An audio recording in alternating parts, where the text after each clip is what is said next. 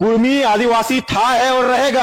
आप इतिहास उठा के देख लीजिए, पेपर से बात कीजिए, पेपर में लिखा हुआ है 1913 में हम आदिवासी थे, 1950 में हमें आदिवासी से हटा दिया गया, एसटी सूची से हटा दिया गया। ठीक है लाला, पेपर से ही बात करते हैं। तो ये लोग 1913 के सरकारी सेंसस को अपना आधार मानते हैं। तो आज से लगभग 100 साल पहले की बात है, जब अंग्रेजों के जमाने में छोटा नागपुर, आज के झारखंड और उसके आसपास के इलाकों में रहने वाले कुर्मी समुदाय को एक आदिवासी का दर्जा दिया जाता था। उनका रहन सहन, पूजा पाठ अन्य आदिवासी समुदाय जैसे उरांव, मुंडा और संथाल से मिलती जुलती थी, जिसका ये सबूत दे रहे हैं 1913 के सरकारी सेंसस में। अंग्रेज सरकार ने उस कागज में साफ साफ लिखा था कि कुर्मी समुदाय के अपने अलग सामाजिक कानून है जो हिंदू कानून से अलग है, और इसी कागज के आधार पर कुर्मी समुदाय आज अनुसूचित जनजाति की दर्जा का मांग कर रहे हैं। तो ये बदलाव की लहर आई कहां से? तो अर्ली 19th सेंचुरी और लेट 20th सेंचुरी के बीच 1871 के क्रिमिनल ट्राइब एक्ट के बाद 1894 से 1920 के बीच इनमें बड़ा बदलाव आया। कुर्मी समुदाय के पढ़े लिखे और इन्फ्लुएंसर लोगों ने आंदोलन किया, जिसे क्षत्रियकरण कहा जाता है, मतलब खुद को क्षत्रिय योद्धा में शामिल करने की मांग। क्योंकि क्रिमिनल ट्राइब्स एक्ट के तहत जब आदिवासियों को जन्म से ही अपराधी माना जाता था और उन्हें सरकारी कोई भी लाभ नहीं दिया जाता था पढ़ाई लिखाई या नौकरी में, तब ये क्षत्रिय बनना चाहते थे। क्योंकि उस जमाने में आदिवासी को पिछड़ा हुआ माना जाता था और कुर्मी समुदाय के लोग इस पहचान से निकलकर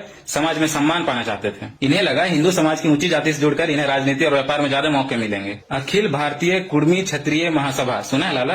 ऐसे संगठन ने इस आंदोलन को और तेज किया। उन्होंने लोगों को सिंह, महतो जैसे क्षत्रिय सरनेम को अपनाने, जनेऊ पहनने और आदिवासी प्रथाओं को छोड़ने के लिए प्रोत्साहित किया। तो इस आंदोलन का सीधा असर 1931 की जनगणना पर पड़ा। कुर्मी समुदाय के नेताओं ने जोर शोर से अभियान चलाया कि सभी लोग अपनी जाति कुर्मी क्षत्रिय लिखवाएं। 1931 में बिहार और ओडिशा के सेंसस सुपरिटेंडेंट WG लेसे, सुना है, इन्होंने देखा कि ये लोग आदिवासी नाम मानकर हिंदू रीति रिवाज को अपना रहे हैं। तो नतीजा ये हुआ कि कुर्मी समुदाय को आदिवासी सूची से बाहर कर दिया गया। उन्होंने सीधा सीधा ये नहीं कहा कि हमें लिस्ट से निकालो, लेकिन उन्होंने खुद को क्षत्रिय हिंदू के तौर पर मान्यता देने की मांग की। तो इसका यही मतलब था कि वे आदिवासी नहीं माने जाएंगे। 1947 में देश आजाद होने के बाद 1950 में जब अनुसूचित जाति और जनजाति की सूची बनी, तो कुर्मी समुदाय को एसटी सूची से बाहर कर दिया गया 1931 सेंसस के आधार पर। हालांकि बिहार और झारखंड में ये समुदाय सामाजिक और शैक्षणिक रूप से काफी पिछड़ा हुआ था, इसलिए 1970 के दशक में मंडल कमीशन ने ऐसी पिछड़ी हुई जातियों की पहचान की और कुर्मी समुदाय को उनके आर्थिक और सामाजिक स्थिति के आधार पर ओबीसी की सूची में शामिल किया गया। तो जो भी आपको बोलते हैं कुर्मी महतो का इतिहास आपको नहीं पता, ये वीडियो उसको फेंक के मारिए। गलती आपके समाज और पूर्वजों ने खुद की, बिन पेंद्री का लोटा बनके स्टिल आपको ओबीसी कैटेगरी में आरक्षण मिल रहा है।